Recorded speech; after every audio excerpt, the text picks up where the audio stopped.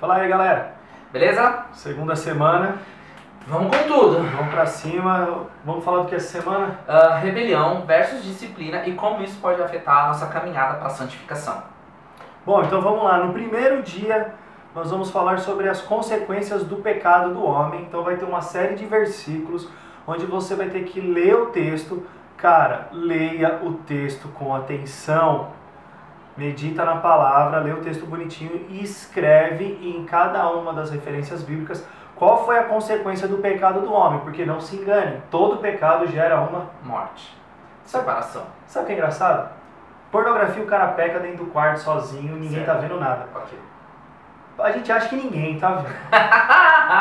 Mas Deus tá vendo. E o capeta também tá vendo. Isso é verdade. Na verdade, os principais olhos estão te vendo, que é o de Deus e que é do diabo. Vai ter consequências? Certamente. Mas eu tô fazendo algo só contra eu mesmo, tô lá me masturbando, não tô matando ninguém, não tô falando mal de ninguém. Isso é um argumento muito usado. Muitas pessoas chegam e falam, mas qual é o problema? Eu não estuprei ninguém, eu não defraudei nenhuma menina na minha igreja, cara. Eu tô só na minha mão ali, porque eu, o celular e a minha mão, e Jesus e o diabo ali, ó. Sério, mas tem consequências do lado de fora, sim. Sempre o pecado vai trazer uma consequência. E é isso que a gente quer deixar bem claro no primeiro dia. E agora, se o pecado gerou uma consequência, como que você vai reagir à consequência do seu pecado? Você vai se rebelar ou você vai entrar num processo de disciplina? Quando você aprontava em casa, sua mãe e seu pai dava uma bronquinha, nem todo mundo bate, mas uma bronca sempre tem. A bronca da minha mãe vinha com uma havaiana, na verdade.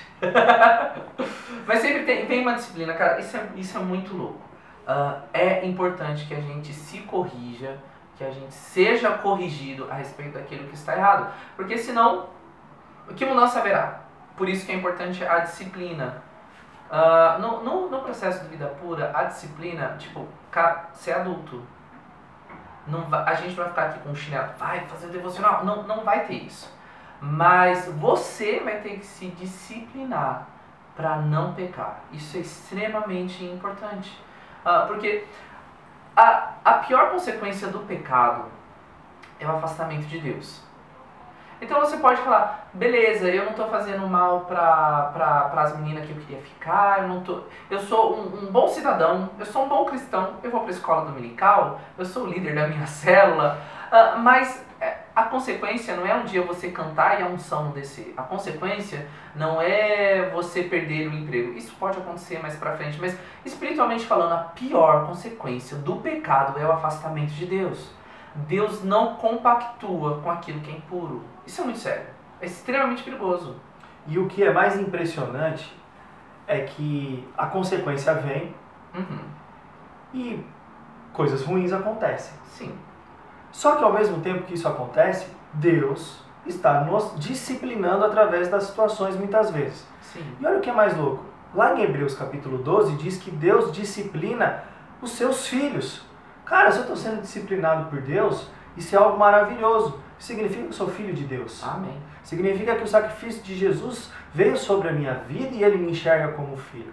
Então, essa semana você vai ter que tomar certas decisões e posicionamentos sobre rebelião e disciplina, tendo em mente que o seu pecado tem uma consequência. No segundo dia, a gente vai falar da palavra de Deus e o propósito da palavra de Deus. Um dos propósitos da palavra de Deus é disciplinar.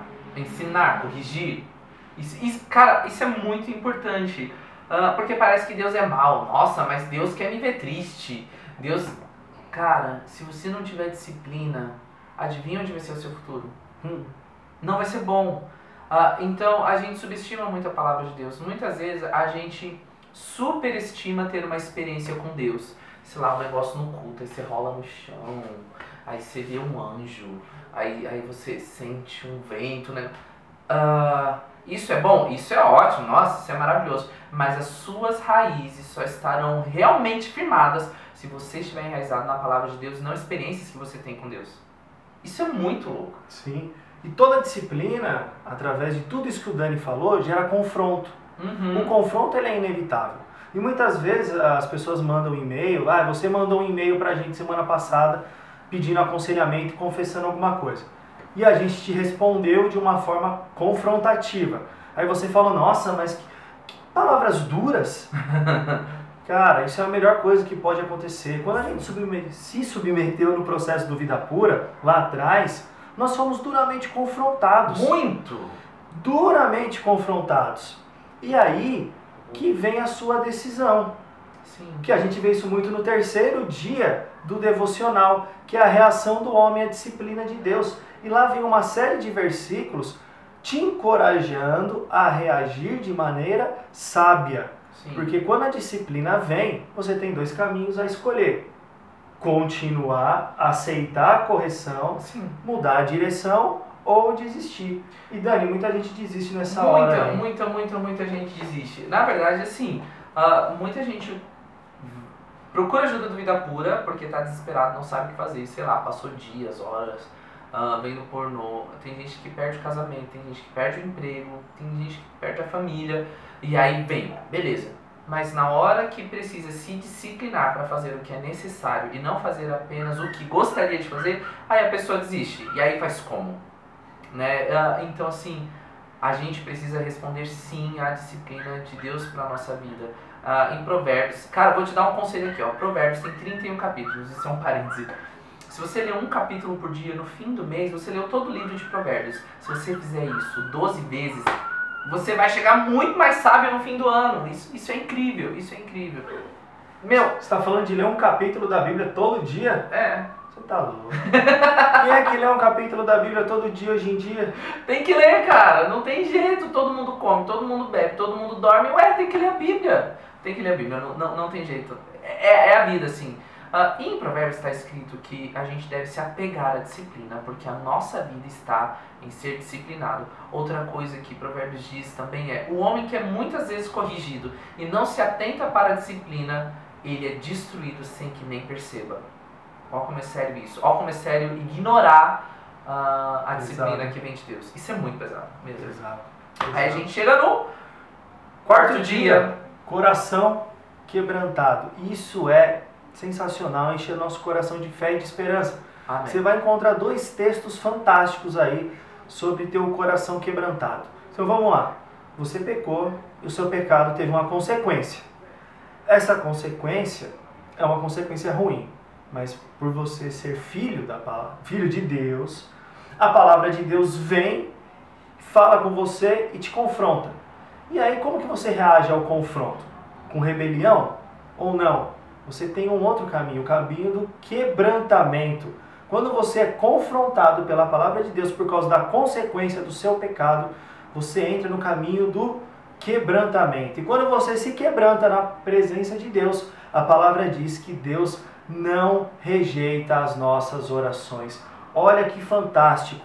Um coração humilde, um coração quebrantado, Deus não rejeita. E isso enche o nosso coração de fé e de esperança. Principalmente para você que está aí cheio de culpa. Nossa! Cara, é terrível você viver com a culpa. E tem muita gente que quando está com o coração quebrantado fala, é muito louco. Frases comuns são: tô aos pedaços, tô quebrado, meu, acabou pra mim. Sabia que esse é o melhor lugar para se estar? O melhor lugar para se estar quebrantado diante da presença de Deus. Que a Bíblia fala que Deus rejeita o soberbo. Deus resiste ao soberbo. Mas ao humilde quebrantado parece que Deus tem um prazer nessas pessoas. Se você ler os evangelhos, você vai perceber que Deus vivia com essas pessoas quebradas. Então se você chegar num ponto da sua vida e falar, putz, eu tô quebrado, é nesse lugar que você vai encontrar Deus. Normalmente as pessoas ficam tristes, né, nesse momento. É um momento de tristeza profunda. Para o viciado sexual, é um momento de sentimento de culpa muito forte. Sim.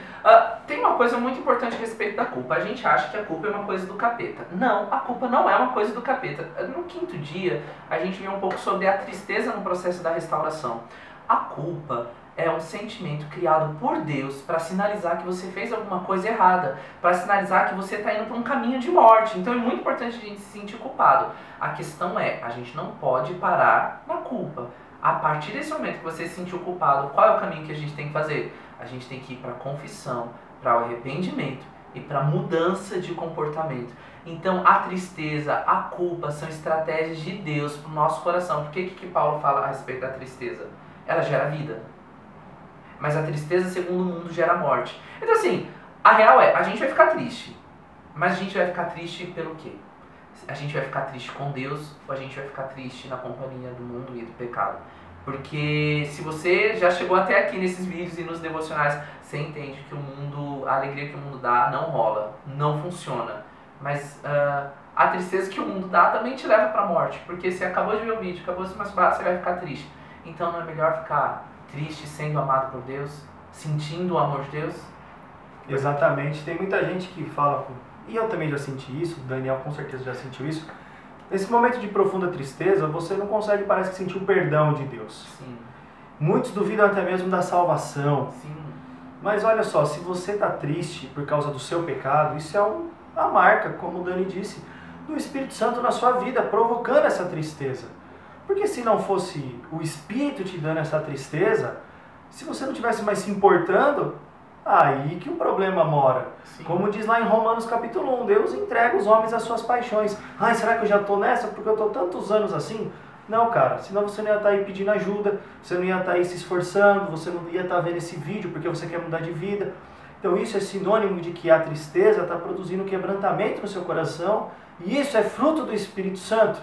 Não é algo que, eu estou condenado já e eu não tenho mais chance de nada. Não. Entendeu? Só que assim, tome atitudes. Linkado com o lance do quebrantamento e da atitude, vem a primeira semana, que é a submissão. Só pessoas submissas, pessoas que abandonaram o comportamento de rebelião de eu faço do jeito que eu quiser, só essas pessoas conseguem chegar no coração quebrantado. Você não vai conseguir pular etapas. Comecei a primeira semana, já tenho o coração quebrantado. Não, primeiro você vai ter, como o Felipe falou na primeira semana, você vai ter que abrir mão dos seus achismos, abrir mão de algumas certezas suas que você carregou a vida inteira, e deixar que Deus traga a verdade dele sobre quem ele é e sobre quem você é, para você experimentar um coração quebrantado e a transformação de Deus a partir daí.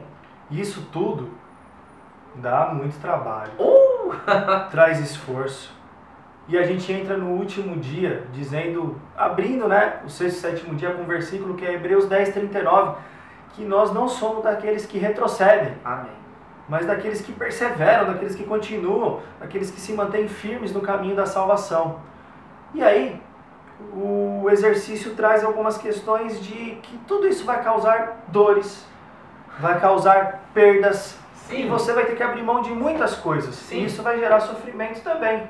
Sim. Mas olha só, você vai ter que abrir mão algumas vezes de amigos, de companhias, você vai ter que abrir mão de comportamentos sociais, você vai ter que abrir mão talvez de redes sociais, você vai ter que abrir mão, cara, de muita coisa. Eu lembro de alguns amigos que eles mudavam de caminho, por exemplo, de casa para a escola, de casa para o trabalho. Eles mudavam de caminho, porque sabiam que se eles passassem ali, eles iam se sentir tentados, eles não iam conseguir dizer não para a tentação.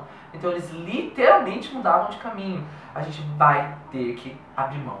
Tem uma coisa, um momento crente, assim? Vamos lá. Jesus teve que abrir mão da glória para vir aqui, para morrer por nós, para que a gente fosse livre do pecado. E às vezes a gente não quer a tristeza de abrir mão do pecado para conhecer Jesus como Ele é. Nossa, isso foi profundo. Porque às vezes, olha só, Jesus abriu mão da glória dele. Sim. E às vezes eu não consigo abrir mão do Facebook, não consigo abrir mão do Instagram, daquele grupo de WhatsApp que todo dia chega um vídeo, uma imagem pornográfica, daquela conversa maliciosa. Sim. Jesus abriu mão da glória para nos ter. A gente não quer abrir mão do pecado para ter a Deus. É isso aí, galera. Gente, eu espero que vocês reflitam sobre essas coisas essa semana. Amem a disciplina. Amem ser disciplinados por Deus. Isso é um testamento de que você pertence a Ele, de que você é nascido dEle, de que o sangue de Jesus corre nas suas veias. Ame a disciplina. Abra mão da rebelião. Não vale a pena ter razão, quando quem te dá razão é o pecado. Entende? Ai, chega. Foi pesado. Agora só. Foi pesado. Foi. Mas graças a Deus por isso. Semana que vem a gente está de volta. Vai acompanhando as videoaulas. Faz o devocional todos os dias. Escreva. Se precisar, manda e-mail. Manda e-mail pra gente tirar dúvidas e aprofundar o questionamento. E aconselhamentos. É isso aí. Nós somos o Vida Pura. E nós não desistimos da santidade. Um abraço.